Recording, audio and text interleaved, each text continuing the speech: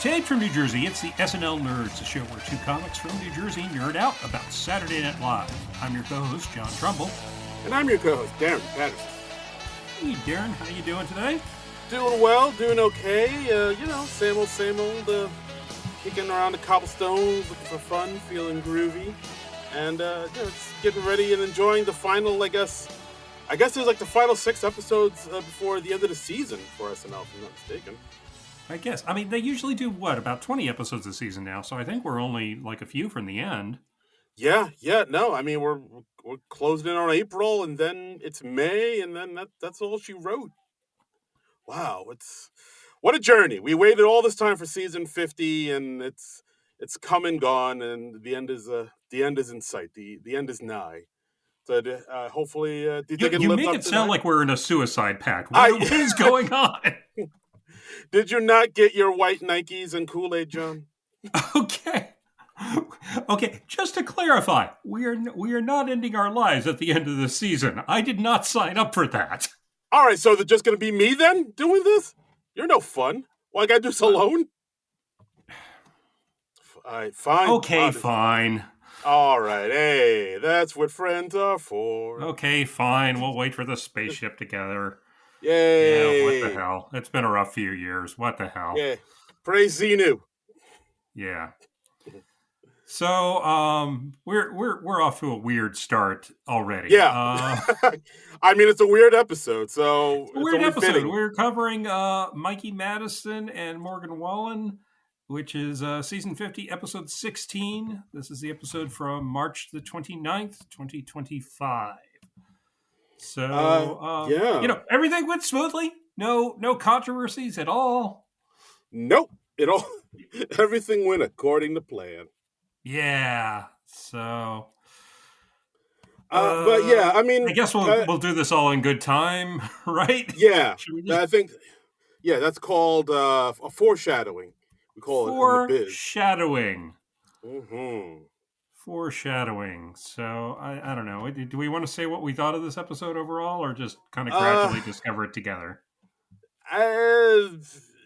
Mediocre. That's my answer. Yes. Okay. Okay. All right. We're on the same page. Good. That hesitancy was my answer. Yes. Okay. Yeah. I mean, we'll get into it, but yeah, like overall, I mean, we've talked about this before. The first episode before a long break is always the ugly pancake of the episode. After a long break, you mean?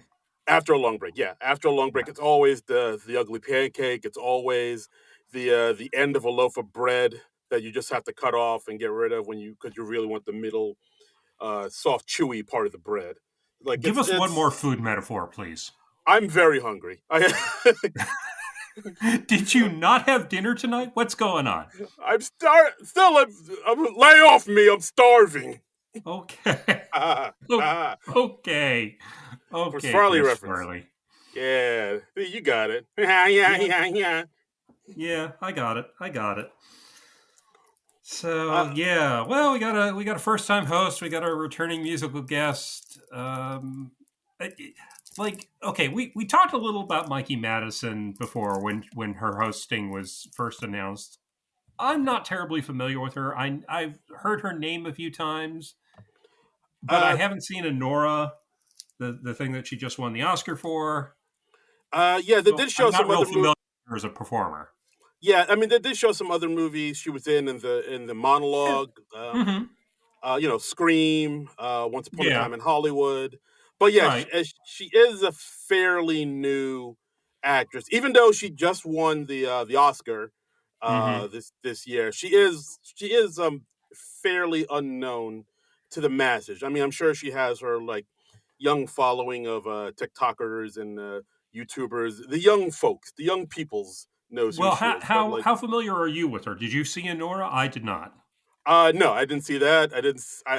The only film I saw her in was Once Upon a Time in Hollywood, and that's same about it. So yeah, I'm not very familiar with her either. Okay, yeah. So this is pretty much our first exposure to her.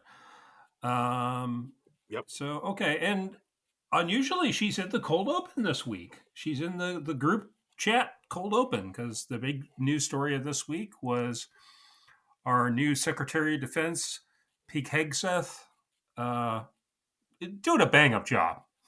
What? Just yeah. No notes. A plus all across the boards. 10, 10, 10. Yeah.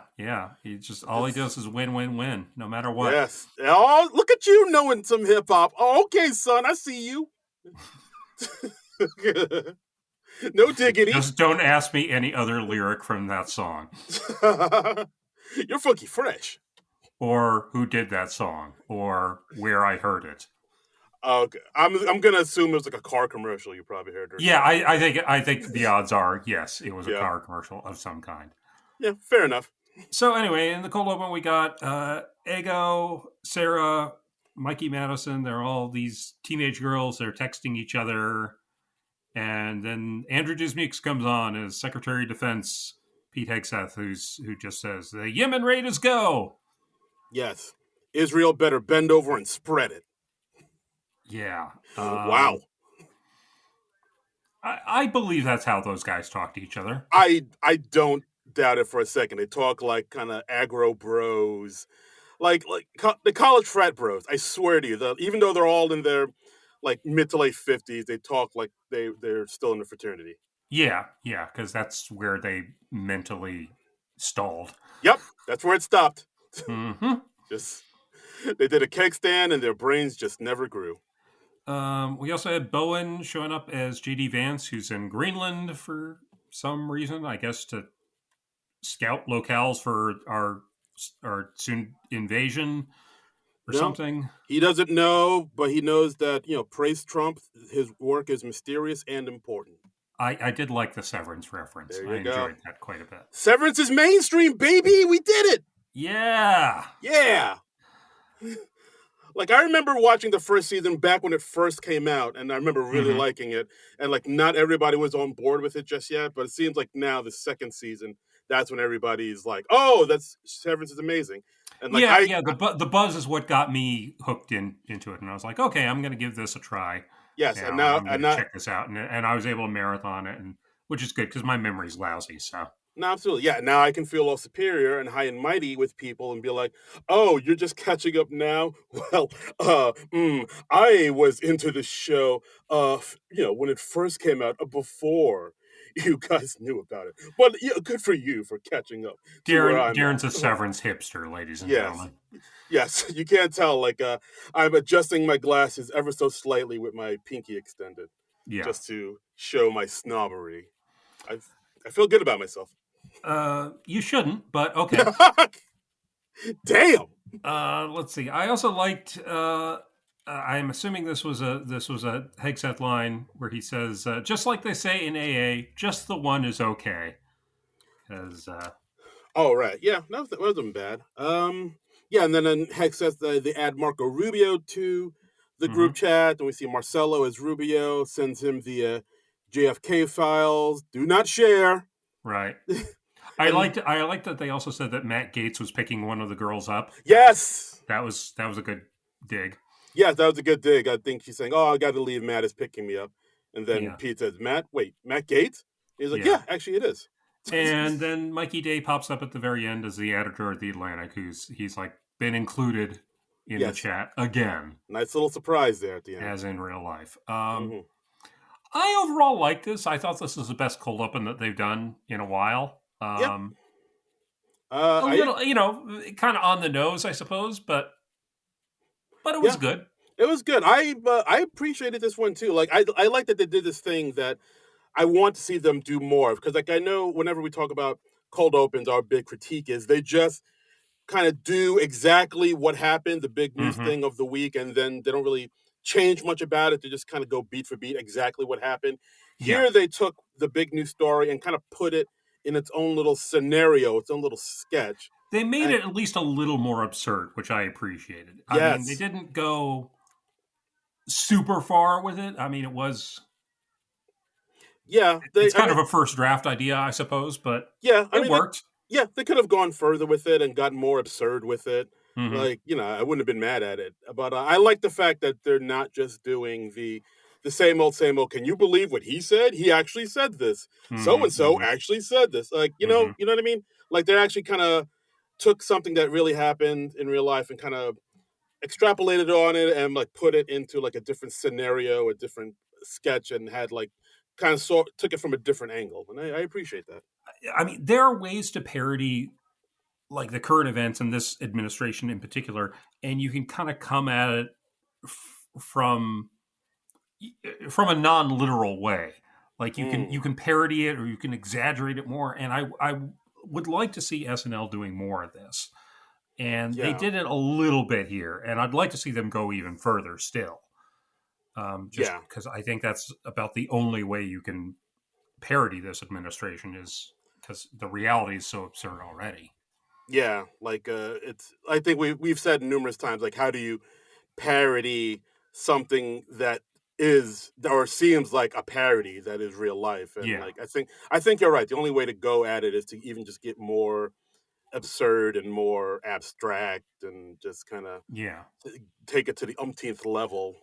Because reality is so stupid right now. It's the stupidest timeline. It's idiocracy. It's just a man sitting in a mud puddle farting. It's just dumb. Yeah. But I mean, I think this is the best cold open they've done in a while, and it was really nice to see the host in the cold open just for variety's sake. Yeah, that was interesting. I dug it. Like I like mixing it up, and this felt like they were mixing it up a little bit. So it was nice that it wasn't just like a Mad Libs of every cold open we've had for the last couple years. I agree. All right, moving on. Monologue. Mikey Madison monologue. Mikey Madison monologue. Triple M's. So, first off, I don't like that we have a host named Mikey, because that's like it. Mikey should be reserved to Mikey Day and Mikey Day alone. He should be the only Mikey. That's just how it's got to be. Too many Mikeys in the kitchen. We had 2 Chloes in the cast. Oh my God! Remember those days? Yeah. My mind was spinning. I mean, it was great because Chloe Trost was in the cast. Yes, absolutely. Yes, I am still bitter and salty about that. But it was confusing because we always had to constantly explain which Chloe it was. Absolutely. Team Trost. Yes. Not that we don't love Chloe Fineman, too. She's fine. We love them both. Great. We love all Chloes equally. She's fine, man. Mm-hmm. See what I did there? It's wordplay. I did. Did so anyway, Mikey Madison, she has her monologue. And this is the sort of monologue where she's sort of like kind of introducing herself to the audience, because I think she realizes, and the people behind the show realizes, everybody might not know who this person is. Yeah, even though she just won an Oscar, I think we're kind of in this world now where there are so many kind of big name stars that have done big things that would have kind of gotten you a lot of notoriety in the past, but like for now, for some reason, you can still be a star and like reach these heights, and a majority of the people still have no idea who you are. So yeah, I thought it was good to sort of introduce herself to the audience. She showed clips from some of the movies she was in, including the Scream reboot, where she got shot by Courtney Cox and lit on fire. From a Nora. Spoilers for the Scream reboot. Oh yeah, sorry. I guess it was in the show. So come on, I'm not. Yeah, no, I know. Come on. I mean, I'm not really putting it on us. I'm putting it on SNL. I was just like, oh, okay. I guess she was probably the killer in that Scream reboot. All right. Yeah, I mean, I had no plans on watching it, but if obviously, since I haven't seen it by this point, it's fair game. But that's true. Oh, okay. Well, that reduces the odds of me seeing it even further. And then we also show a bunch of stuff from the ending of Once Upon a Time in Hollywood, where she was a Manson family member and also got killed.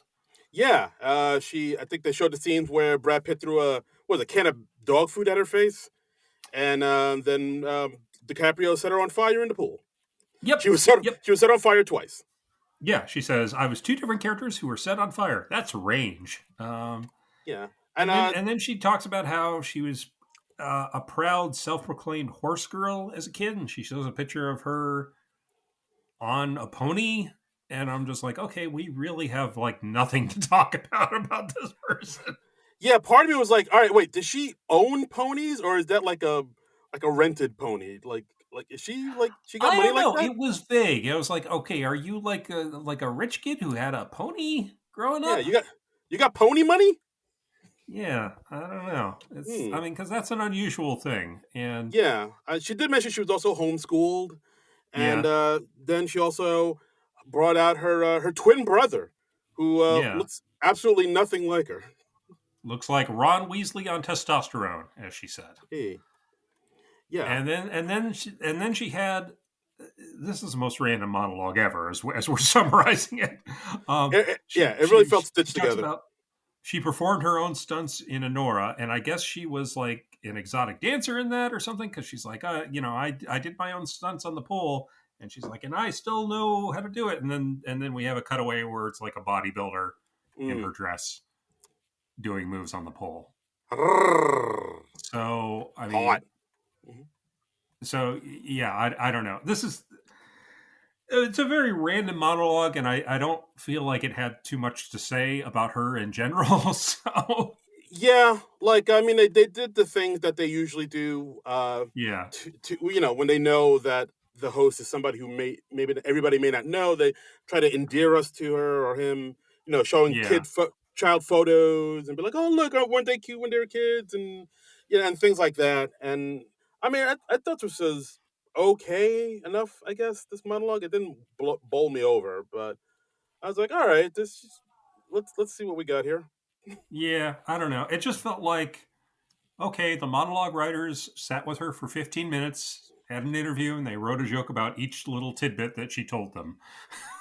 Yeah, So yeah, that's very true. I was like, oh, and like she, she didn't seem that nervous doing it, but I don't know if she, maybe not quite the most dynamic person yeah, I've I mean, seen, but she was fine. I mean, how old is she? She's like somewhere in her early 20s, right? Like I think, 22, yeah, 24, something like that. I think she might be like 26 or something, Oh, okay. Well, or maybe younger. Let me check. I'll check. all right. Well, I was just curious because I thought I heard something about she was like the youngest Oscar winner in a decade or Oh, more yeah, it for says Best 26, Actress. 26. 26, Okay. born in All right. 1999. Ooh, yeah. I'm sorry, I should have said that part. Yeah, that's Moving on. literally twice this woman's age. Acting, Anyway, acting teacher acting teacher, two. acting teacher two. This is, as you might expect from the title, this is a retread, or excuse me, a reprised sketch uh, from the Remix. from the Charlie XEX episode in November, and I have very few memories of the first sketch outside of not liking it too terribly much, and the record holds. Yeah, this sketch is basically Marcello chewing up the scenery, doing Mm-hmm. his best Martin Short impression. Oh, It's that's a he good way to put it. Yeah, right? He's like yeah. totally trying to be Martin Short in this. Martin Short, I could totally see pulling this sketch off. Marcello, I don't think. Yeah, Yeah, he I feel like Marcello because he had his little breakout thing with Domingo. I feel like right. he's developing some really bad habits, and he's Yeah, just getting just really big with every character, and the show's yeah, like really pushing him more than they should probably. yeah. I mean, I Um, get it that the show wants viral clips to put on the TikToks and the yeah, Twitters and the YouTubies and what have you. And like, I get it. You got to play the social media game, but I mean, I don't like them having to do that at the cost of the sketch. Like, I'd rather have like a good sketch than like yeah. It a wasn't clip a that very goes good viral. sketch, and I don't think it was terribly well performed by Marcello. So we have Mikey Madison as his student Connie, and it's a commercial class. So he's like mangling ad catchphrases and stuff, and he's bragging about how he has 3 acting credits, and one of them was like an audition. I did like the line where he says hug, where he shows his headshots and their mug shots, and he says, "Hey, it was a win-win. I got free headshots, and I got to drive drunk." Yeah, that was funny. Like, there was like a few funny lines here and there, Mm-hmm. but like overall, it's the material wasn't the strongest. Like, maybe Yeah, it's usually like a thing where when the material isn't that strong, I probably said this before. It's like it's kind of up to the performer to like really kind of do a lot of heavy yeah, lifting yeah, and yeah, yeah. put it over. and I don't think Marcelo was able to do that. I just don't. I don't know if I want to say he doesn't have the chops yet, but he didn't have the chops in this sketch. Yeah, he might be getting there. Yeah, this just, for me, this got very tiresome very fast. He was just overacting all the way through, and it got very exhausting to watch. But I think, like you said, if it was somebody like Martin Short in it, I think he could have made it work. Right. Like Martin Short could have put this over. Yeah, this is like totally in Martin Short's wheelhouse, and Marcelo is not a Martin Short. Yeah. So next we have a pre-tape, which, if you're watching the show, it was called A Weekend in New York, or as it's called on YouTube, Big Dumb Line. Right. So we see... Why are we even putting titles on the screen if they're not going to match? I don't know. I just... Did they do it just to frustrate me personally? They might have just be like, all right, what's the algorithm going to call this? And that's what we'll name it on the show. I mean, I get that. That's fine. But then don't put a whole nother fucking title on the screen. I mean, I get like why you do A Weekend in New York, because you don't want to give away the gag before you even get to tell it. But, maybe just do it without the freaking title. It would still work without the title. This it's just, I don't know why they do this. Yeah. Okay. So we got Bowen, Chloe, Sarah, and Mikey Madison. They're all waiting in line, and we find out they're waiting in line for the latest trendy food stuff, like the cronut, or they made up some other examples. I think they had a cheese soda in there. Yes, there was a pallid, which is a pizza and salad, frosta, fries and pasta, and frandy, fish and candy. Yeah, and so this is all set to a techno song. There's a cameo from a Jonas brother for some reason. Yes, Jersey's own Joe Jonas. So I was just, this was fine at best. I just thought this was too NYC hipster centric to be very relatable to anyone outside of the 5 boroughs. Yeah, like I liked the meta-ness of them. Basically, the whole premise of the sketch is like, in New York City, people wait online for hours to try the new trendy thing. Mm-hmm. The thing always ends up just being just okay. And that could and the irony is they made a sketch that was just okay. Exactly, right? Yeah, like we see Ego come out, she's like, oh yeah, I waited 3 hours for this matcha. It was fine. I waited 4 hours for this yogurt. It was fine. Yeah. And yeah, the sketch is just fine. I mean, there's not a lot of escalation in this one thing. They're just kind of... You remember a few years ago when the Popeyes chicken sandwich, that was the big thing to get? Yes, the chicken sandwich wars of 2019. My God, people died. And it was good. I had that. That became one of my go-to fast food things for a while. Yeah, it's a good sandwich. It's a good sandwich. But that's the most I can relate to this. And I'd imagine that's the case for most of the country. Because most of us don't live in New York. Yeah, that's the thing. I was a little worried if this might be a little too niche for like big city. Like if you live in New York, you get this. Probably LA too, maybe even like Miami or Chicago. Mm-hmm. But like if you're not in one of the big hip trendy cities where, people wait online for, I don't know, concert tickets or sneakers or sample sales, you might not. It was just a very niche sketch. So I mean, there's another niche sketch coming up, but we'll get there. Yeah. But first we have Jury Duty. Ooh. No, not the actual Jury Duty. There's a sketch called Jury Duty. Yeah, it's not the Pauly Shore movie. The sketch called Jury Duty. Right. Mm-hmm. So we got they're doing the jury selection in the courtroom. Ego is our judge. And she says right off the bat, she's like not accepting work conflicts. And so we've set it up. We've got a rapid fire. Everybody who's in the building is going to come on, and they're all going to be in a wacky character. Bang, bang, bang. Yeah. And Mikey Day says, I have work. Ha, ha, ha, ha, ha. Keenan comes on as the freaky eccentric guy. He wants to be the judge, or he'll settle for the star witness. Ha! Classic Keenan. Yeah, Mikey Madison, she considers herself a celebrity because she got hit by a car by a Kardashian. Yeah, Caitlyn Jenner. Which apparently is a thing that actually happened. You didn't know that? Well, I don't retain information about the Kardashians in my brain. Do you not know the hot goss? No. OMG. I am very proud of that fact. OMG, no cap. But yeah, that happened like years ago where like Caitlyn Jenner hit somebody with her car, and I think that person might have died too. I think she. Oh Jesus! I think so, but like for somehow she didn't like go to jail or anything. Or yeah, somehow. Yeah, Cha-ching. I mean, I know how. Yeah. I know these celebrities be out here. But no, like, I mean, if I ever knew this, I've long since forgotten it because everything I've ever learned about the Kardashians has been against my will. Yes, it's been done through means that you wish not to.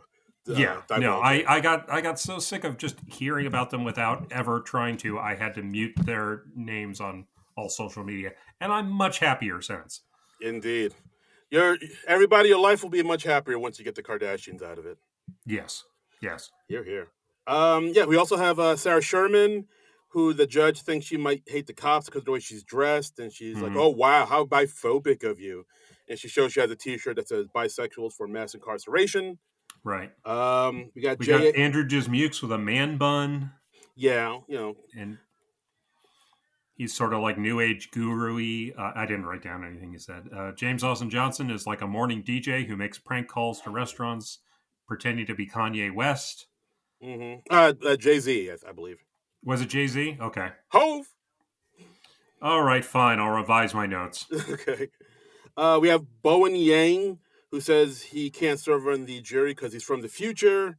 And then I think he says, "All right, fine. I'll go back to the future then." And he puts a sheet over his head, accidentally knocks over the mic on the pedestal, which was, I'm pretty sure wasn't supposed to do that, but still pretty funny.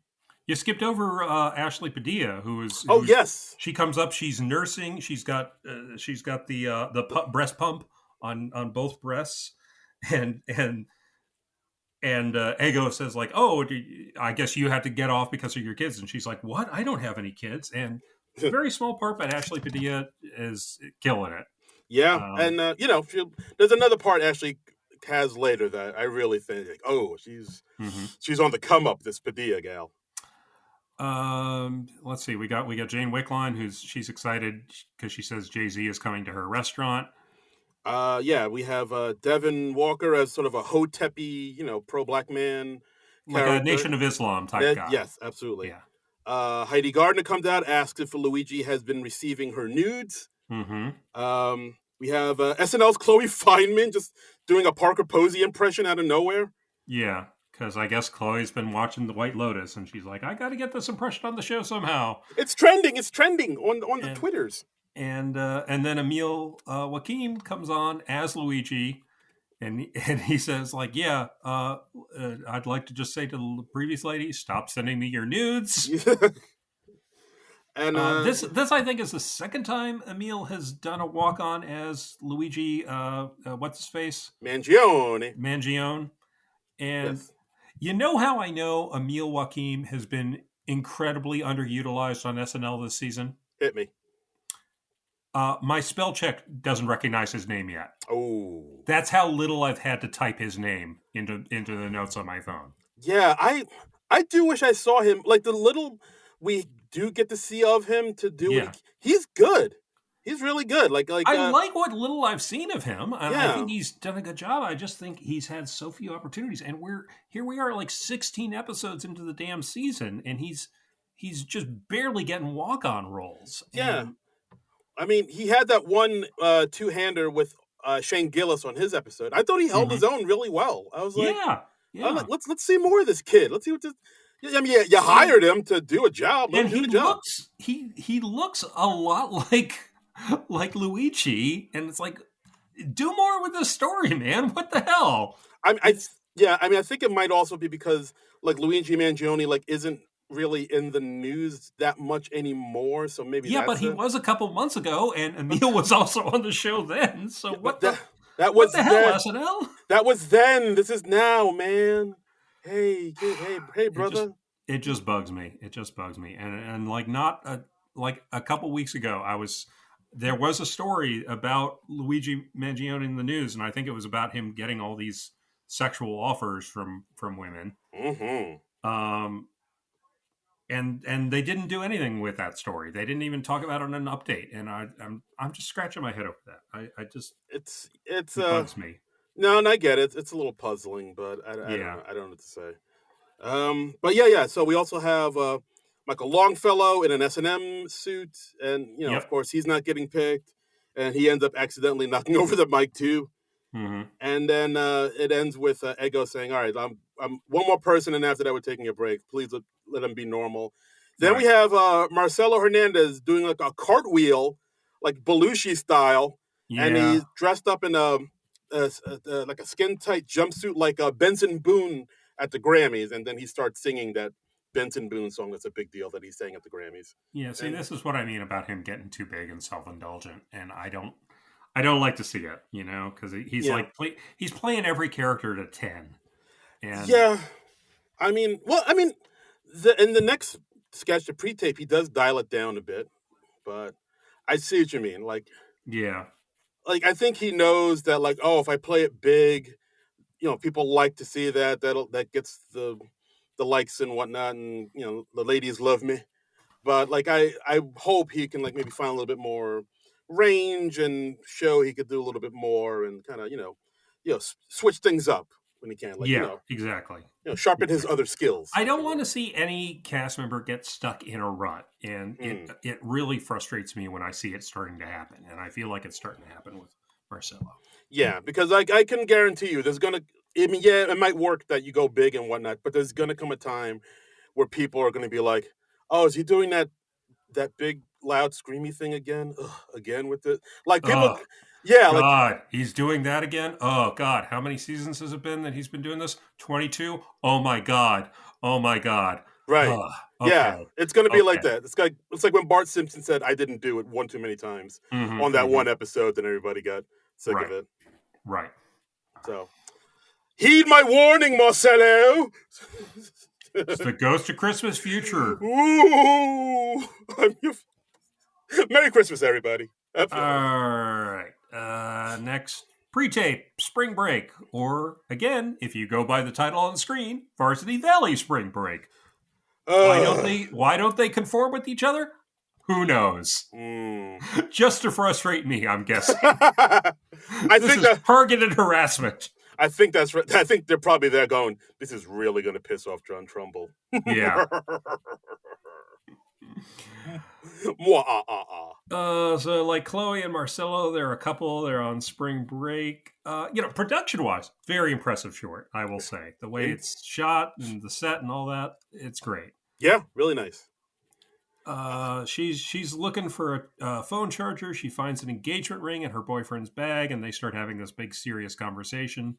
And then all sorts of wacky stuff's going on in the background because we're in Florida. And right. So this is basically like a retread of the Waffle House sketch from the Jenna Ortega episode, where two people are having this serious discussion in the foreground, but in the background, all hell's breaking loose. Right, and they also did a similar sketch of that with Devin Walker and James Austin Johnson, and it was they were doing like a Pursuit of Happiness type thing.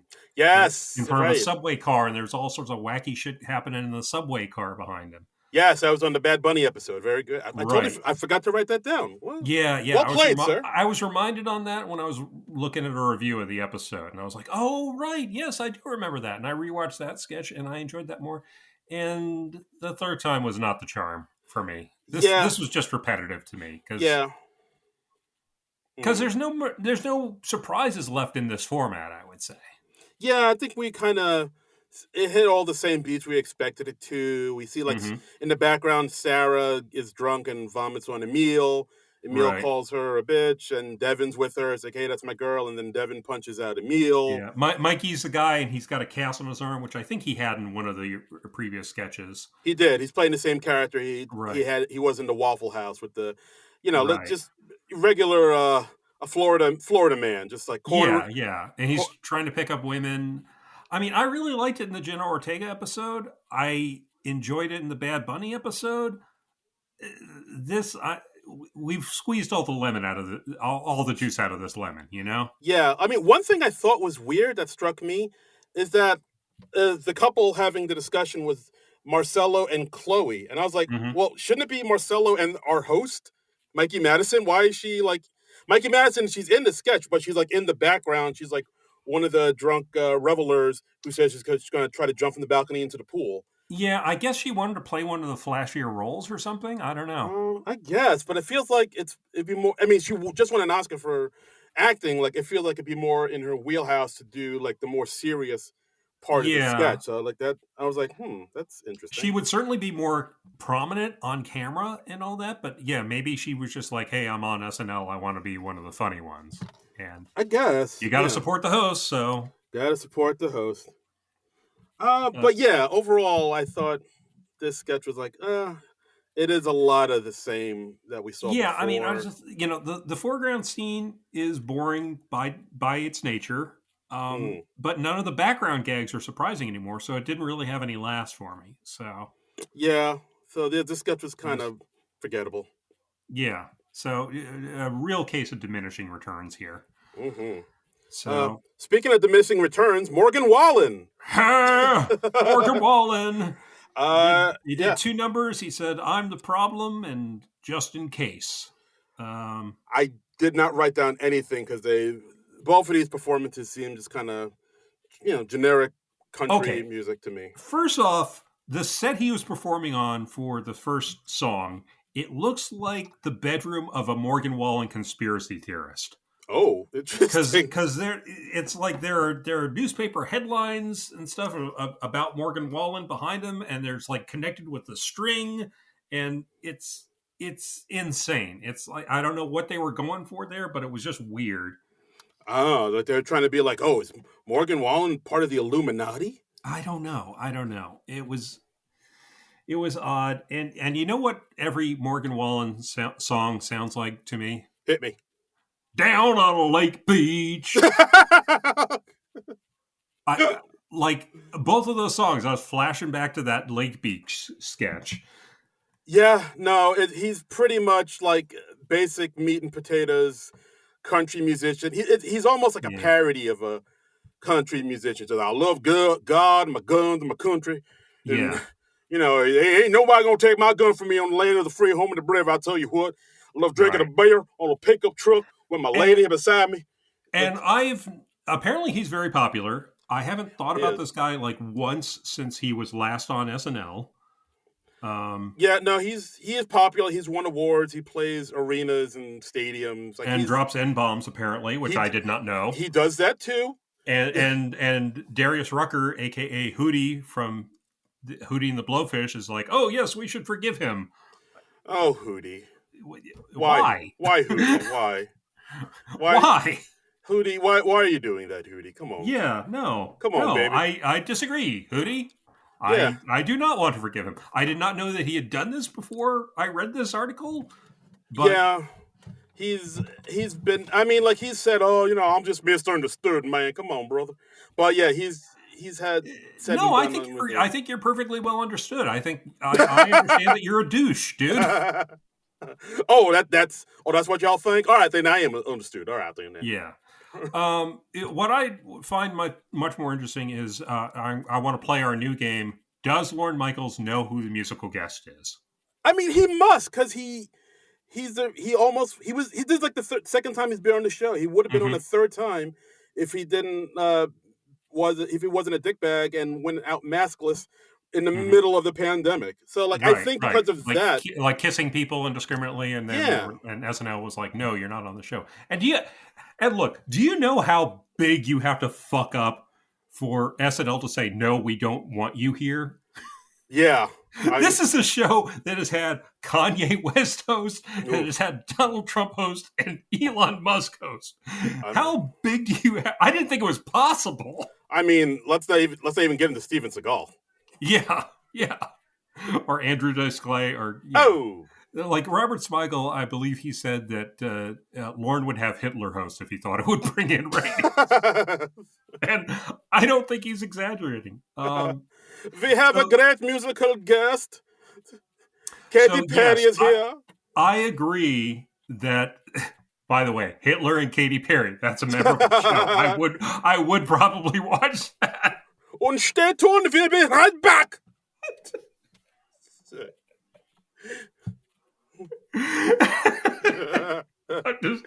I'm now like half flashing on Chris Kattan's old gay Hitler character.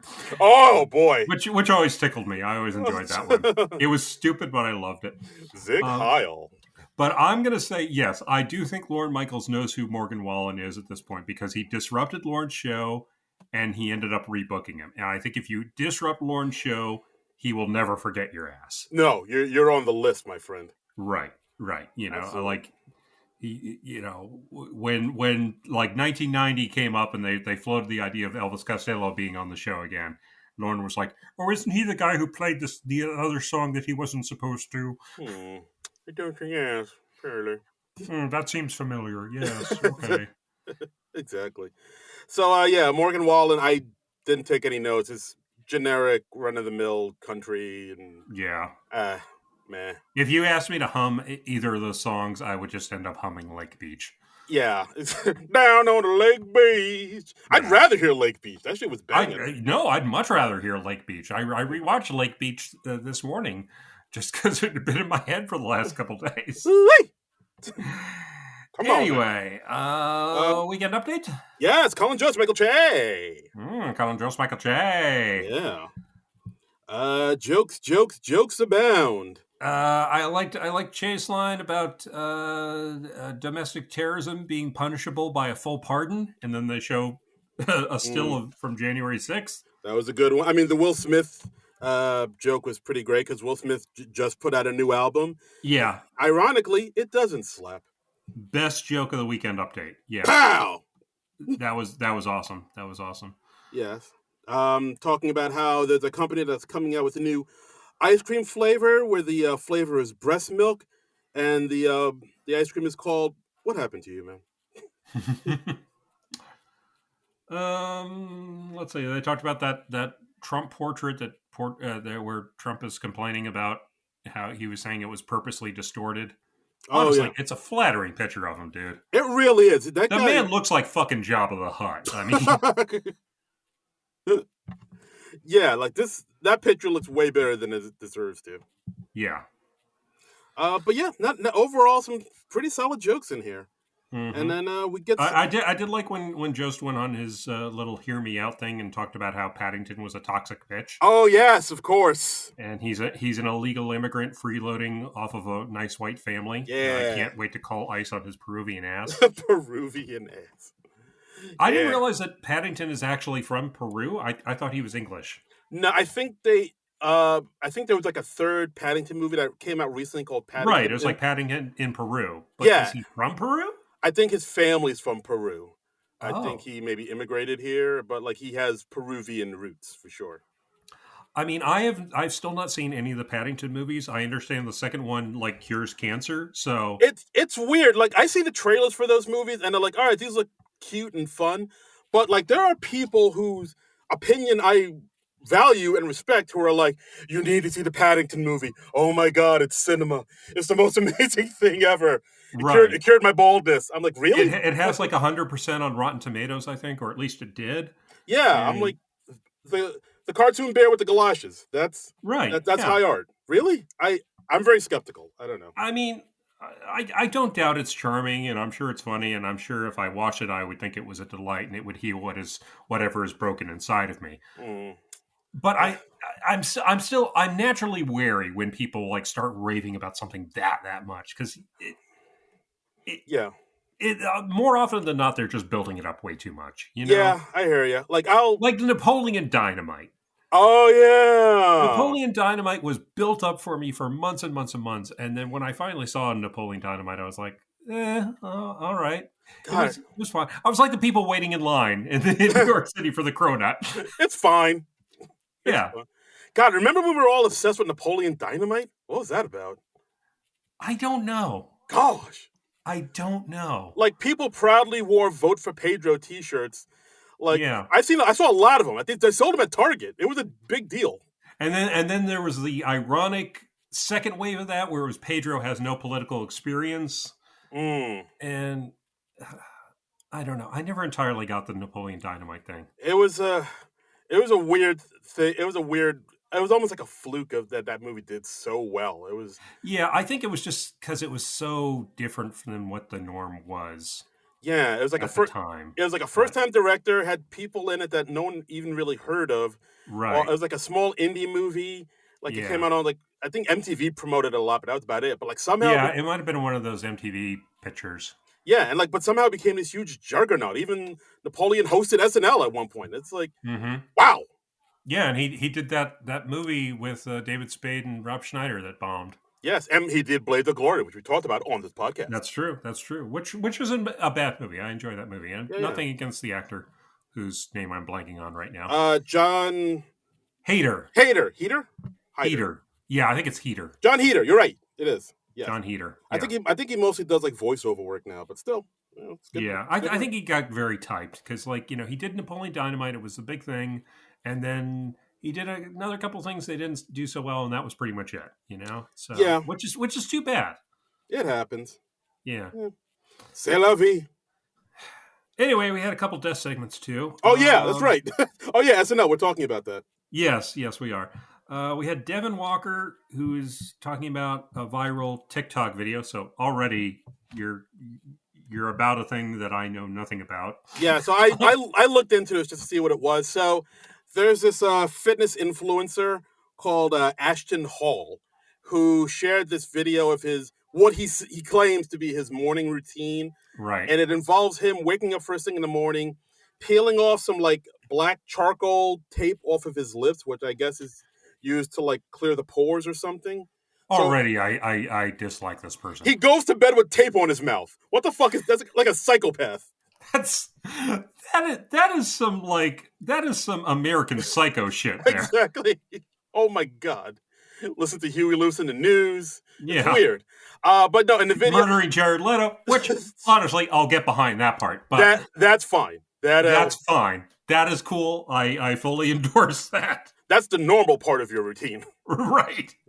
But yeah, in the video, he also he takes ice baths for his face, and he fills with Saratoga water. Right. I mean, I assumed that was a thing from the TikTok video because Devin was doing it so much. Yeah, and he also rubs the inside of a banana peel onto his face for I guess a skin regimen. How do you even arrive at this as a routine? I don't know. What the hell, man? I don't know. I've never heard that be an actual thing. Rub a banana peel on your face. Your skin will be luminous. Like, really? I'll just use lotion, motherfucker, you weirdo. I'll just take a shower and wash my face with soap and water. Yeah, like a goddamn human being, you maniac. We rummage through the trash and... So Devin's parroting this. He's doing a day in the life of an SNL cast member. He's sleeping in his dressing room. He's soaking his face in iced Saratoga water. He's bashing Shay for never being there from Monday through Friday. Which, yeah. It says it's Saturday night. This is the first time I've seen you all week. Yeah. And then he later says I'm the only black man on SNL right now. who works here. And at one point he's talking to, I assume, fans in the standby line or something like that, or people on the street, and he's like, "So who am I?" And they identify him as Jay Farrow, and he's like, "That's right, I'm Jay Farrow." Hey, that's me. Which feels kind of racist. It does. It does.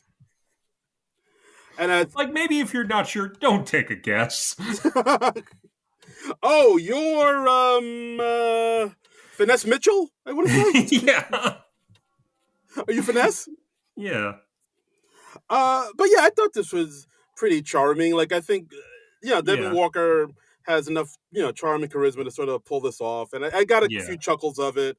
I did like the fact that he was kind of needling Che the same way that Sarah Sherman kind of makes fun of Jost.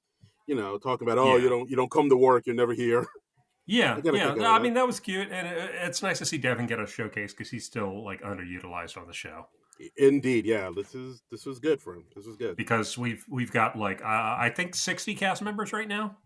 I believe so. I think it's like a small country full of cast members, or a small village at the very most. Yeah. It's like the population of Venezuela. Absolutely. And then we had Ashley Padilla as Joanne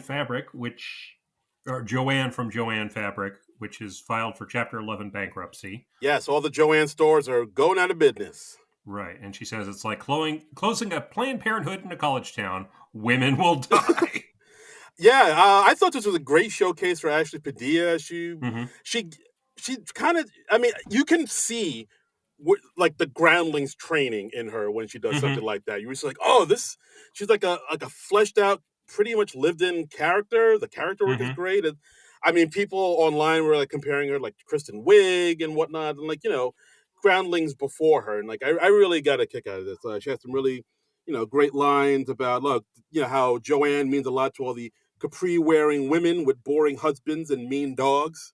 And how I like how she said every cashier there is a retired nurse with the biggest breasts you've ever seen. Oh, I gotta go to Joann's. And then she gets really dark at the end. She says that Michael from Michael's Arts and Crafts raped her. Yeah, because like I think because Joe says, hey, well, why don't you can always go to like Target or Michael's, and I did not expect her to say, oh, Michael's. Let me tell you something about Michael's. He raped me. And then she takes it back because I guess the show doesn't want a lawsuit. Yeah. You don't want the big Michaels coming after you? Yeah. And then at the end, she's like literally sniffing markers. Yes. Drinking out of a bedazzled flask, saying, oh, you know what ruined it for us? Feminism. Yeah. I thought this was great. I liked it. It was very funny. I mean, this was something where I think it was really elevated by the performance. Yes, absolutely. This is a type of thing where in the wrong hands, this could have fallen flat, but Ashley is showing that she has what it takes to take material and really, like you said, elevate it and make it bigger and make it more like a lived-in type of thing, and just really, really sell it. So I got a kick out of this for sure. Yeah. You ready for some Andrew Dismuke's weirdness? Yeah, ready for some squibs? All right, yeah. You ready for some squibs? Pop, pop, they pop. Go off the first time and then never, ever again? What, you need them to go off more than once? Well, he gets shot more than once. Some extra squibs that went off the second time might have been nice. Ah, come on. You don't need all that. Use your imagination. Anyway, we're talking about Pop's big regret. So we're at we're in the organized crime world. We see J.A.J. and Marcelo as two mob guys waiting for their dad to come in, who's like the head mob boss. He's like the Godfather, basically. Yeah, like the Godfather. Some big drug deals about to go down. We see Dismukes kind of come in, waddling towards the window, and oh my God, wouldn't you know it? A drive-by shooting. Ba ba ba ba ba ba ba. He gets shot, and all sorts of squibs get on his shirt's a bloody mess. Yeah, and then he Marcelo and James Austin Johnson are just cradling him, and Dismuke starts listing his regrets, and his big regret is that he never got to do stand-up. So, whereas our regret is that we started doing stand-up. Hey-oh! You took the words right out of my mouth. And then, he starts kind of talking about what his routine would have been. And yeah, like, you see those signs on the bus, like it's illegal to beat up the bus driver. And you're like, okay, now I won't. Right? John, you ever see like a bird walking across the street? It's like, why? Yeah. Because you're a bird. You can fly. Why don't you fly, you dumb bird? Yeah. So Dismukes gets up again. He gets shot again. No new squibs. We've blown our squibs budget for the episode. You got squibs money, John? We only got so much. I do not. Got a tight budget. And then our host, Mikey Madison. Hey, remember her? She comes in as the mother. Yeah. And she talks about how she's been helping him with his routine, and he's like been workshopping it with her, and he has a catchphrase, make that make sense. Yeah, and then we see Mikey come in as a rival gang member who shot Dismukes. Right. Mikey has some goons with him. Mikey Day, the other Mikey. Madison, who's already in the sketch as his wife. John, this episode just needlessly confusing. John, you're right. We can only have one Mikey per show. This is exactly. It's madness. It's like, Lauren, never book a Mikey again until Mikey Day leaves the show. Exactly. Lauren, which hopefully is not for a long time. I'm not sick of Mikey Day yet. Yeah. No. Lauren, consult us next time you book a host, please. We can help out here. We can help. We want help us help you. Mm-hmm. So Mikey Day comes in with the goons and then is about to shoot Dismuke, saying, "Hey, if you have any famous last words?" And it's like, "Hey, you ever notice how your smartphones make you stupid? Yeah. Make that make sense." And I also have in my notes, turtles and tortoises are different animals. Yeah. Which I think that was a faulty premise in one of Dismuke's jokes. Yes. Oh, yeah, that's right, because tortoises are bigger than turtles, I think I learned. Is that the difference? Okay. Yeah, tortoises... I wish they told us what the exact difference was. Like, tortoises are like those big-ass, like, Galapagos size things. They're, like, huge. Turtles are smaller. But so that's tortoises, like, they help, what's-his-face figure out evolution. Yes.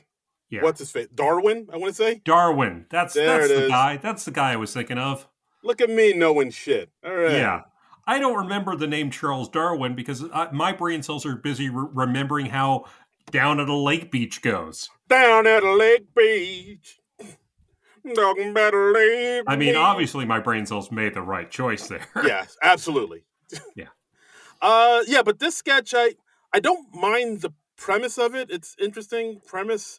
But yeah, it doesn't kind of really go anywhere. It just kind of, no real escalation. It just kind of shuffles along a little bit, and there's no real payoff at the end. It was okay. It was inoffensive, but yeah, I didn't love it. I didn't hate it. So it's a really tough sketch to critique, you know? Yeah, it's like, I kind of wanted more because I do like Dismukes a lot. Yeah. I thought it was funny when he, like, in his dying breath, like after he got shot, he wanted to try out a joke on the rival gang that just shot him. It's like, hey, let me try this out on you. Like, I thought that was kind of funny. I thought that might have been a good way to go with it, or even maybe the rival gang would have had like some notes for his jokes, like critique it, like an open mic type of thing. But it never quite went that route. So, So just a big old meh. Yeah, kind of a meh for me too, I'm afraid. Speaking of meh, Barry the Midwife. Oh, this is beyond a meh for me. Ooh, let's get salty. Okay, so this is another reprise. This is from the Quinta Brunson episode. I barely remembered when Bowen did this the first time. I just remember that I didn't like it the first time around, and it did not grow on me this time. I didn't mind it the first time just because it was like beyond weird, and it was like there was a newness to it. So I was like, all right, this is really out there, but it is bonkers. But it was more out there than funny. So. Yeah, exactly. But the thing is with this one, they literally do the exact same thing they did the second time around. They hit the same. It's a Mad Libs reprise, you know. Where it's like let's write the same sketch over again and just replace a few of the punchlines. Yeah, this one, Barry the Midwife is upset with Mikey Madison, the doctor, because she doesn't recognize him, even though they met at a Hillary Duff concert at the Today Show in 2007. Yeah, and it's the same. And then it goes into like 3 years later. There's this long ass transition because people are changing wigs and other people are getting on the table and stuff, and it's just way too long. Yeah, there's like too much going on here. It is kind of a hat on a hat in this one. There's like at one point he has like prescription New Year's Eve glasses. I did like the one line where Bowen came in and Ashley Padilla, who's the woman in labor, who's like, "Oh, I need an epidural," and she just says, "Oh, just push the baby out and the pain will go away." I was like, "All right, that's a cute line," but it's if you saw the Quinta Brunson one, you saw this one. They really didn't change much, if anything at all. I should go back and look at my notes on the Quinta Brunson episode, because on this one, I just wrote like, what the fuck was this? Yeah, I mean, the first time they did it, like I said, it was the first time we ever saw something like this. So it's like, oh, there's like a newness to it, even though it's like really out there and weird. But like now you're just kind of retreading the same I'm not a big fan of weird for the sake of being weird, you know? Like, be weird, but be funny, man. Don't just be weird. Be funny and weird. Yeah, and also Mikey Madison isn't quite selling this, so like I don't know. It sounded like even the audience wasn't into it that much. So no, I don't think they were. I mean, I did kind of like how when they finally did the flashback to 21 years before at the Today Show. She's like, "Oh, don't worry, I'll definitely remember you," and ha ha ha ha ha. And I'm assuming they did that in the first sketch too. Yes, yeah, they did, and like they were both inexplicably holding up babies that were just delivered, just like they did in the first two bits. Yeah, this one was and then they forgive each other and they do the Hillary Duff dance. Yeah, when in doubt, end on a dance. Yeah. This, we're getting late in the show. We're doing the weird stuff, but the weird stuff still has to have a point, and I don't feel like this had a point either time. So yeah, this one really didn't. It didn't do much for me. Yeah. Please don't destroy Mikey Madison is Squidward. Please don't destroy Mikey Madison as Squidward. I was so excited when we saw the opening credits and they said a film by Please Don't Destroy. I was like, yes! Yay! We've barely seen them this season. I don't know what the fuck is going on. I don't know who they pissed off. What is happening? Because they were doing so well. They had forward momentum and stuff, and we were seeing them usually at least one out of every 3 shows. It felt like we see them quite a bit, for sure. Yeah, and it's like 1 out of every 30. Yeah. And then they come back with this sketch, which is, It's basically a retread of the Bad Bunny Shrek sketch. Yeah, I mean, so much so that they actually included a picture of Bad Bunny dressed as Sketch in this sketch. Right. Are you detecting a theme with the sketches for this week's show? A lot of retreads here. A lot of reheated leftovers. Yeah, exactly. This is like the reheated meatloaf of SNL episodes. Yeah, I was like, I don't know. I mean, look, I'm not an SNL writer, but like, part of me was. You're not? No, I know I may come across as such because I'm so hilarious, but I am all this not. Time. I thought you were an SNL writer. Oh, I may have lied on my resume a little bit in order to get this podcast. We've been doing like this podcast for 6.5 years. This is how I find out you're not an SNL writer. What the hell, man? I did. Oof. Can we talk about this off air, please? What the hell, man? I feel so betrayed. Oh boy, exposed. I'm exposed. Oh boy. But yeah, like I'm not an SNL writer, but like I would think that they'd have kind of more ideas in the tank. Like, just to come up with, or they come up with ideas during the break. But like, why are we going back to the old shit that barely worked the first time? Yeah, I don't know. Yeah. So Mikey Madison, she comes in, she's dressed as Squidward from SpongeBob. Yeah. And then they decide to develop a TV show about the SpongeBob characters in a coming of age drama called Treading Water. Yeah, and then they're walking around on the streets of New York City, and we have Ben dresses up as SpongeBob, and John dresses up as Patrick Starfish, and Martin dresses up as the Crab dude, and right, Mr. Crab. Mr. Crab, and I don't know, it just felt really uninspired to me. It just felt like whatever. Yeah, it did. It's just not up to their usual standard, which I was disappointed because I usually like their stuff. They've done some great, funny stuff, and I've really missed them this season. And then the 2 recent times they've come back, I've been disappointed both times, which this was it really befuddles me. I don't know what's going on there. I know that. Have they lost the magic touch? I don't know. Wow. Oh boy.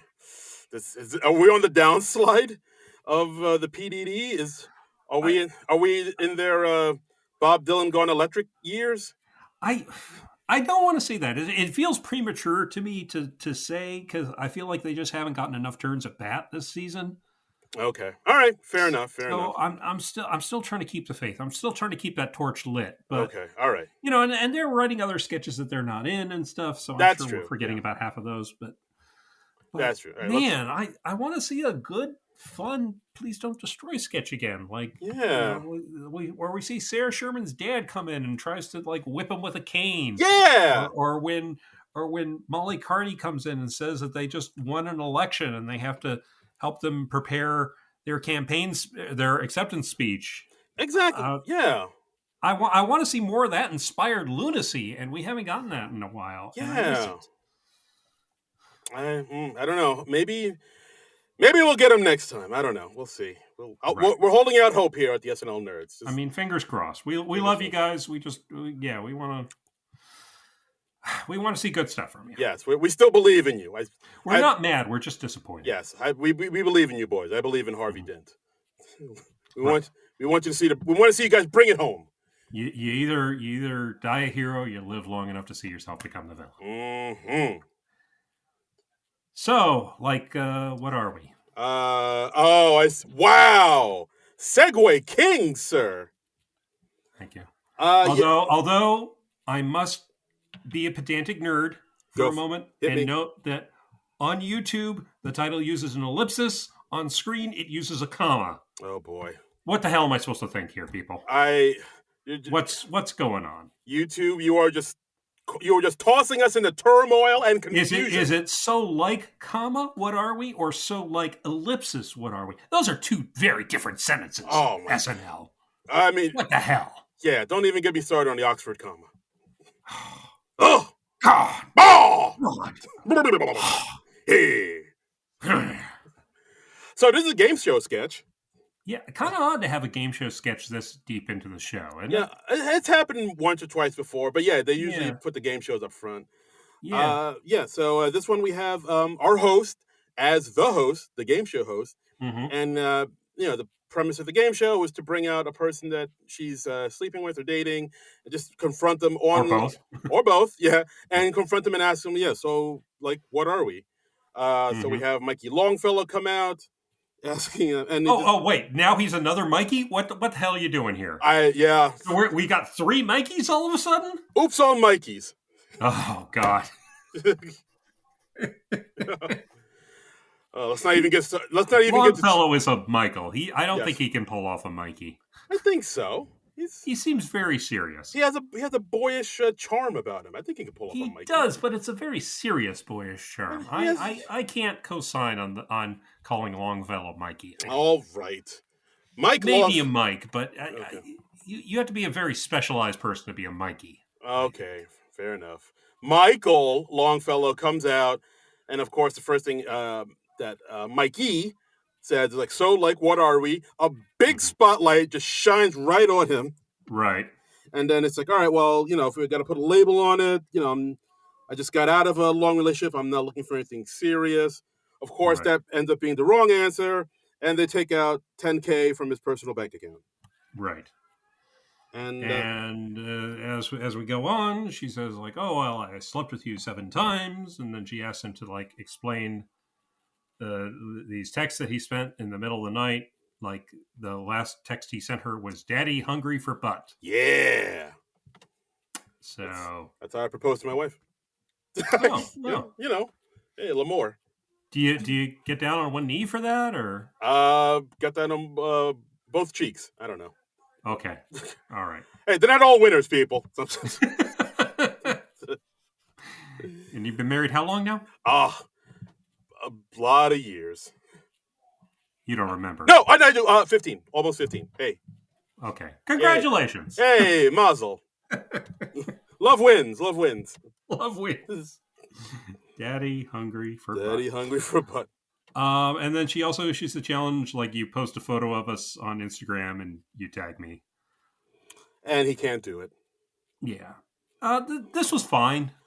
It was fine enough. I mean, I don't know if, because this is just a two-hander. It's just Longfellow and Mikey. I don't know if they had the strong enough, I guess, chemistry or back and forth in order to sort of elevate this. I mean, she's basically carrying the sketch. Yeah. She's the one driving it. He's more the straight man. Mm-hmm. Which because he's just a natural straight man because he's very deadpan. Yeah, and I mean, it actually kind of surprised me that they were like, oh, they felt like she could do this. She felt like she was strong enough to sort of that she got this big of a showcase sketch. Yeah, I mean, it is just her and another person, and like you said, she's making it go. So right, it does surprise me that they believed in her that much. Oh, she can carry the sketch because she kind of I don't know. She kind of got there. I think. This is it.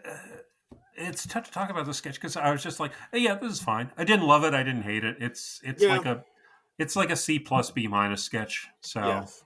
It's like a nice cold can of Chota. that you waited online for 6 hours. It's fine. Yeah. Yeah. Call back. I'm so unenthused about this episode overall. Well, we're almost there at the end. Planning New York. Almost there at the end. An SNL animated short. Mm-hmm. We got Bowen and Longfellow voicing two explorers in like 1620, planning out New York City. Yeah, and so they plan out how they're going to build New York City. Right. They're going to have a thing where all the streets at the bottom of the island are all crazy, like London. But then after a certain point, they are all perfectly straight and line up like a grid. And there's going to be a First Avenue, Second Avenue, Third Avenue, no Fourth Avenue, but Lex, Park, Madison, and then Fifth Avenue. Right. And then Broadway going up diagonally, and so we get lots of triangles, but we call them squares. And then we put all the trees in the Central Park area. Yes. And this, as you might have guessed, it was written by Streeter Seidel and Mikey Day. We actually get an on-screen credit for them. Ooh. Which I'm flabbergasted, and I love that they included credits. I think that should be the norm. Mm-hmm. Or at least when you put them up on YouTube. Here. This was also designed and animated by Lee McGee Studios. It has like a Ren and Stimpy type of look to it. Yeah, because we have these close-ups that are like these painted things. Yeah, it was very Spumco. I really like this. This would be my sketch of the night, I would say. I would say so too. I got a kick out of this. I mean, part of me worries though that like if you're not from New York City or you haven't been to New York City, would you relate to this, or could you connect to the sketch? Because it is a very kind of New York centric sketch where, like, like if I saw a sketch or a cartoon about like how LA is built, and I've never been to LA, I don't know if it would connect to me, or I would. That is called The Californians, Darren, and it did not connect to you. We agreed never to talk about them on this podcast. I'm sorry. I had to. I'm harsh, but I'm fair. Yes, you are, absolutely. Yeah. But I enjoyed this too. Would I say it's a sketch of the night? Maybe. Also, I think it was, and I don't think. I think it explained itself enough. Yeah. That, because they're literally drawing it out on a map. So I think even if you've never been to New York City, you are probably familiar. You've heard of places like Central Park or Broadway, and they're literally sketching out the layout of the city. So I feel like everybody can get on board with that. Okay, fair enough. And just a little trivia here. So this short has actually been on the back burner for a while because it was scheduled to appear in the Bill Burr episode, but it got cut. The Shane Gillis episode, but it got cut. Wow. The Paul Mescal episode, it got cut. Okay. The Lady Gaga episode, and it got cut. So now wow. So this has been ready to go for a while, and I guess they just had enough time. I kind of figured it was something like that because it was just two cast members. They're the only voices in the thing. It's just a 2.5-minute short. It would take a while to animate this.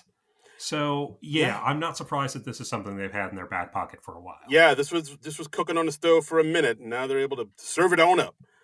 You know what? I'll say worth the wait. I enjoyed it. I thought it was really funny. Look, Streeter Seidel and Mikey Day's writing really appeals to me. I love the absurdity of it, and I think I'm really going to miss them when they're off the show. Yeah, they have a strong track record. They hit more than they miss. Yeah. Like whenever I see that Streeter or Mikey wrote something, I genuinely get excited. I'm like, ooh, okay, here we go. Like I know the odds of it being good are very big. Very high. Yeah, and they don't really drive stuff into the ground. Yeah, we've done a couple Washington Dreams, but Washington's Dream was so huge. I don't really begrudge them doing a sequel to that. Like the War in Words, they only do when they have like a British person hosting. Yeah, that's true. I think they have the sense to realize, this only works if we have like a Phoebe Waller-Bridge or somebody like that. Yeah, because I think they did it with I want to say Carey Mulligan or something like that. Or some other. She did one of those. Other Brit. Yeah. Somebody from the Isles. Yes, the Emerald Isles. So yeah, sketch of the night for me. You know what? Yeah, the more I talk about it and think about it, Yeah, sketch of the night. Boom. Yeah, Done. yeah. Join me, Yeah. Darren. Join me here on the Planning New York Island. Yeah, let's do it. All right. All right. And So, and good nights. Went perfectly smoothly. Nothing went wrong at all. I actually hold the phone. I just saw something on my phone. Something did happen, which when it happened live, I did think it was a little weird when it would happen. Yeah. So It is weird. Okay, first off, when we're coming back, Mike catches Mikey Madison saying to Morgan Wallen, "I'm really tired. Are you really tired?" Oh, I didn't even hear that part. I heard that when I was watching it on Peacock. I was like, "Oh, okay." Turned her mic on a little earlier. She started talking kept talking a little too long. I was like, "That's weird. We don't often catch the straight chatter." And it was like one of those really quick good nights. So I guess they were running short of time. Yeah, and I saw like there was like Morgan was standing next to Madison, and of course Mikey said, "Oh, thanks to Morgan Wallen, the cast, everybody, we had a great night. Thank you so much. Right. Have a good night." And then then the credits began to roll. Then I noticed Morgan Wallen whispered something to Mikey, and right after he did, Mikey Madison. Oh, right. After he did that, he just walked right off stage. Almost right up the center aisle. Yeah, like almost walking towards the camera and just like booked it. And like you can even see Ego being like, "What the fuck was that?" Like it was, it did strike me as peculiar. It's so weird. Kenan Thompson, we're recording this on Monday evening. Kenan Thompson had like a comment about in Variety, and he was like, "Yeah, that was weird." He's like, "Yeah, maybe you have to go poop or something. I don't know." Well, he walks off stage immediately, and I'm like, dude, it's 1 a.m. on a Sunday. Where the F do you have to be? Yeah, I mean, a lot of people are reading into it, where it's like, oh. And then apparently on his social media, like on his Instagram or wherever he is, mediocrecountrystars.com. Yep. He like posted a picture of like his private jet, and he was like, "Take me back to God's country."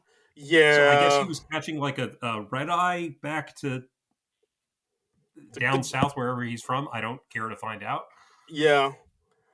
Yeah, the optics aren't great. It really is. Screw that dude. Yeah, like, I mean, when he first did the walk off, I was like, all right, well, maybe he has to catch a flight, or he's tired, or he had to use the bathroom. But then he did But wait 30 seconds, dude. Yeah, I know. Like I'm trying to come up with excuses for him. But the fact that he just walked, like you said, down the middle of the aisle, and he didn't. Right. He wasn't more discreet about it. Like he could have been like, "Hey, excuse me." I think even Kenan Thompson was like, "Yeah, he could have slipped out the back." Yeah, why did he do that? Like if he or walked off to the side of the stage, and like apparently Morgan Wallen's people were trying to play it like, "Oh, well, he didn't know where to go. He was just doing what he did from rehearsal." And it's like, bitch, you've been on the show before. Yeah, you really think going like down the aisle through the audience is the only way to get off stage? Like, no, just go out back, or just hang out for like literally 2 minutes. Wait till the cameras are off and everybody's done, then go. Like but the fact that on that stage before, you've done the show before, you know how the show works. Yeah, like the fact that do what you did before, dude. Yeah, like the fact that he kind of went down the aisle, and it seemed like he wanted to make a big perform. Like look, everyone, I'm leaving. Like it felt like that. And then the fact that he tweeted that picture out and be like, "Oh, give me back to the good Lord's country. My good Lord's heavenly embrace." Like that kind of does rub me the wrong way. I actually saw, our good friend John Schneider has, the Saturday Night Network podcast, and like he has that hot take show, which he does a podcast with some other guests, like immediately after the show, and like he wasn't wild about that. He was like, "Yeah, that's kind of a slap in the face to SNL. Like I wouldn't want to see Morgan Wallen back on the show because of that. It's really." And John's Canadian, so you know he's really polite. When you piss off polite Canadians like John, really you done stepped in it now, boy. I mean, like, how big of an asshole do you have to be to piss off Canada? Yes, they're the best, as we've said on this podcast many times before. Yeah.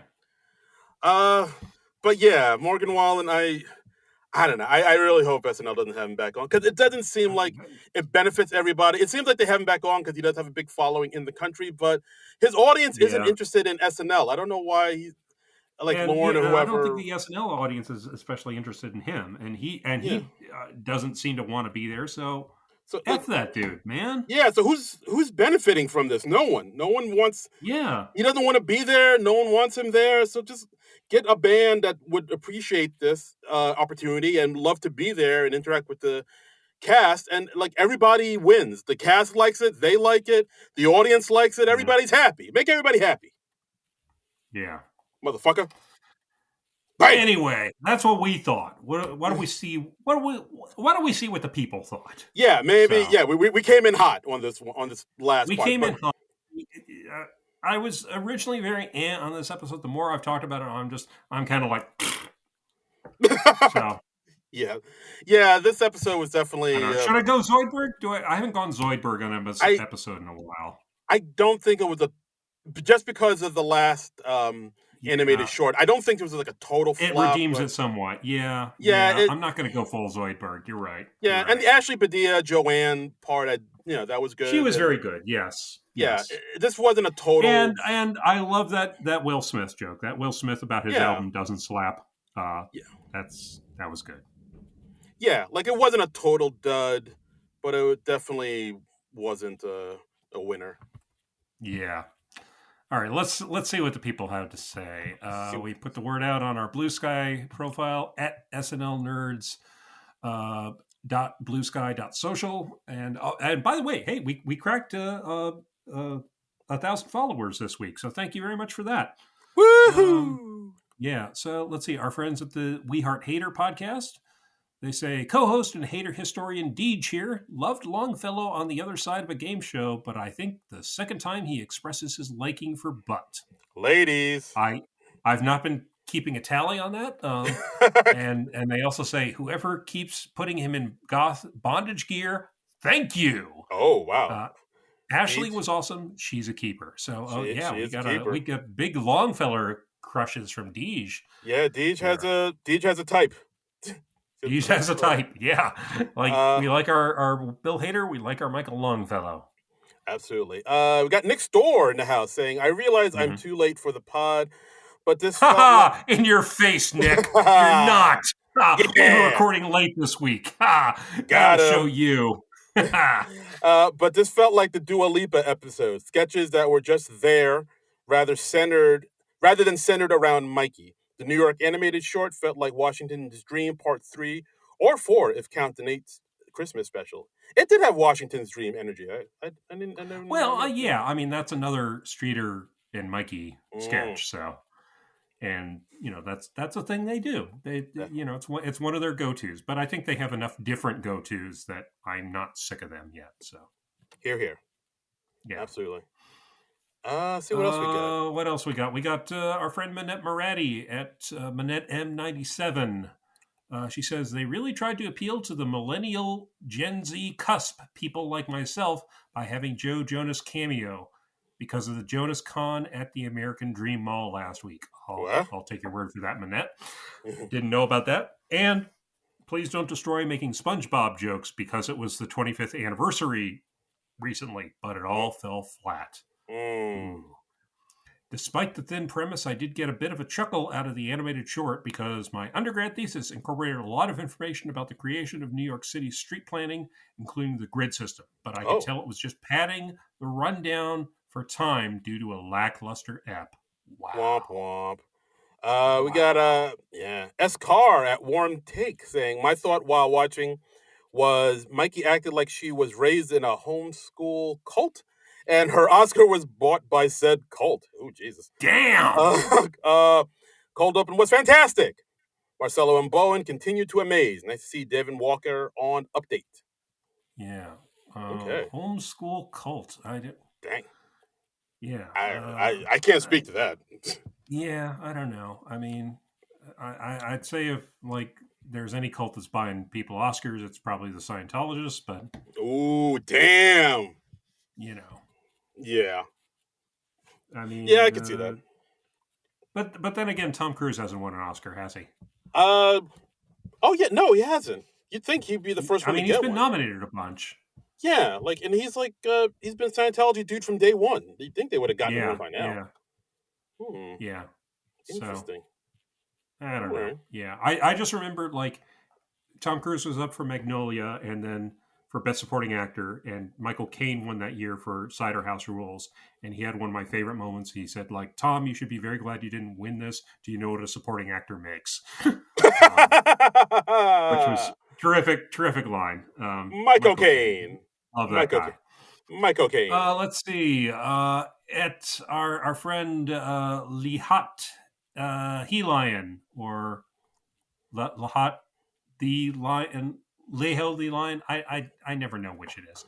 Hello, fellow nerds. I've given up all social media, and I did not know we had an episode last night until I watched it. Ooh. It was pretty good. I liked how the cold open actually diverted us for a minute, and wasn't the same old. Please Don't Destroy SpongeBob was made for me. It feels like the last couple seasons they were really pushing Chloe on us, and now it seems they're doing the same thing with Marcelo, and it is not working for me. But my girlfriend, who does not understand comedy, loves him, so I guess it's working. Oh, Jesus. Love you, love guys a bunch. Peace and heart. So, thanks, Lee Hot Lion, and hope your girlfriend didn't see that last thing you said about her.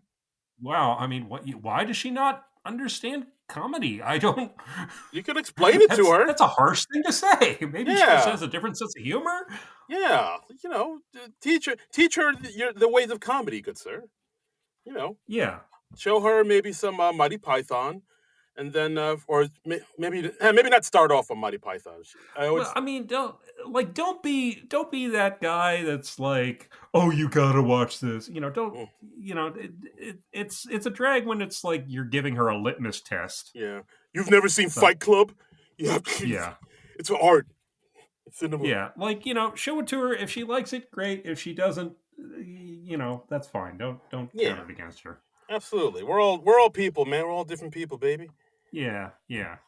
Our good friend Steven I don't know why I just gave him unsolicited relationship advice, but but enjoy.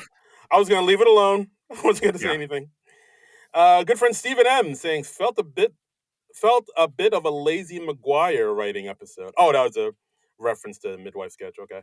I thought he was making reference to Lizzie McGuire. Yeah, no, it was because there was a line in Barry the Midwife. He's saying, well, because they met at the Hillary Duff, and he said, "Well, you were here with being a lazy McGuire. I was here delivering this baby." Okay. See, I've already expunged most of that sketch from my memory. So, as you should. Quick ideas that the joke, long line, dad as a comedian, were obvious, too fast with nothing, then diff. The wait different. The wait, what are we sketch was a straight thirst trap and fine, worth it. PDD landed the best. Okay. Was it like a thirst trap because of what Mikey Madison was wearing in that? Maybe. I guess so. I don't know. I don't know. I mean, she was wearing a pink. She was wearing a pink dress. Okay. I guess that's a thirst trap. I suppose so. And then and the ladies do like Michael Longfellow as well. They enjoy looking at. I don't know. I would have guessed her dress in the monologue was a little more thirst trappy because that was a little more glammed up. But whatever. A chihuahua. Okay. And, so that's what the people think. Yeah, actually, also on our Facebook page we posted up, and we got a message from Racine Oxtoby saying, despite making a rare host appearance in the honestly excellent cold open, poor Mikey Madison felt really underused. She seemed more comfortable in the pre-tapes, which makes sense given her limited live experience. Would love for her to try again one day. Yeah. Seinfeld voice. What's the deal with Morgan Wallen? If he didn't want to be there, which was his vibe, why even say yes to being a musical guest? He should have been a musical guest on the Shane Gillis episode, and they could have done a sketch where they play identical twins. I want to know. Okay, first off, flawless Seinfeld impression. Thank you. I studied in Juilliard, and Mm-hmm. Yeah, it shows. It shows. Yes. Money well spent. Mm-hmm. I'm so much dead. But yeah, that's the episode. Thanks again for the notes, guys. But yeah, this episode was definitely pretty forgettable. It was kind of underwhelming. I'm going to expunge this episode within the next 2 weeks, I think. So yeah, but I mean, except for the New York short. Yes, the New York short one. Yeah, not the waiting in line one. Screw that noise. Oof. Yeah, but hopefully they were just saving the writers were saving the good stuff for the next 2 episodes, because they're getting all the bad sketches out of the system, because we know we got a couple A-list hosts coming up. Yes, because next week, April 5th, oh my God, Jack Black hosting with Brandi Carlile and Elton John musical guesting. Woo! Wow, that's we're pulling out the A-listers. And Jack Black, he hasn't hosted in something like 20 years? It'll be 20 years in like December. Yeah, like last time he hosted was December 2005. I'm going to round it up. I'm going to say it's 20 years. Yeah, let's do that. Because that's easier. And, I'm always happy to see Brandi Carlile come back. And, I mean, Elton John, come on. Come on. That's going to be pretty awesome. It's Rocket Man. Come on, motherfucker. Yeah. So, looking forward to that one. So, Jack Black, Elton John, Brandi Carlile, don't go breaking my heart. Philadelphia Dream. Island Girl? I don't know. I'm sorry. Sorry seems to be the hardest word. Okay. There you go. Hey. You pulled it out at the end there. Woo! And then after that, we got Jon Hamm coming back for his 4th time hosting, I believe. This will be the 4th time hosting. Yeah, he's getting close to the 5-timers, and I hope I really have high hopes for his episode, because he's always knocks it out the park. So I feel good about him hosting. He's a terrific actor. He's easy on the eyes. He's I enjoy the Jon Hamm. And who was his musical guest? I'm blanking on who his musical guest was. Lizzo. Okay. Okay. I'm kind of over the Lizzo thing. But I feel like a lot of people are. Yeah, I feel like a lot of people kind of are. But Lizzo. All right. Lizzo. Yay. We'll see. And that's our yay. I say yay. Yeah. Well, I'll co-sign that yay. Yeah. All right, there you go.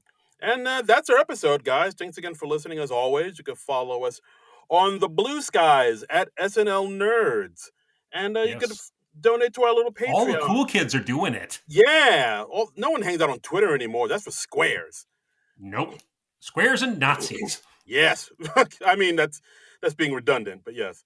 And and you can donate to our Patreon at Non-Productive.com. And you can follow myself, on all the social media platforms at Darren Credible. That's DARIN Credible. Yes, and you can follow me on the socials at Trumbull Comic. That's TRUMBULL and the word comic. You can follow me on the Blue Sky, on the Instagram, and on the Letterboxd. I enjoy on the Letterboxd. I do reviews there, and you can find out more of my pop culture opinions and stuff there. Yeah, check them out, man. Yeah. And that's the episode, guys. Wow, I guess we're done. So tune in next week. Jack Black and Elton John and Brandi Carlile. Mm-hmm. Yeah. So join us, won't you? Won't you? And next week it's going to be Tuesday again. It's going to be Tuesday for show episodes for like the rest of the season, just because of scheduling stuff. Yes. That's how it is. But when we're covering a movie, it'll still be Mondays. Absolutely. So you'll get used to it. Yeah. No, really, worry. You will. No. Quit whining, okay? Stop crying. This podcast is free, damn it. What more do you want from us? What do we have to open up a vein? Come on. Once again, coming back to the suicide pact. Boom! Oh, tied it all up in a bow. Yeah, that's why you're the maestro. That's right. So join us next week for Jack Black, Elton John, and Brandi Carlile. They won't be here with us, but we'll be talking about them, and it really isn't that good enough. So until then, nerds out!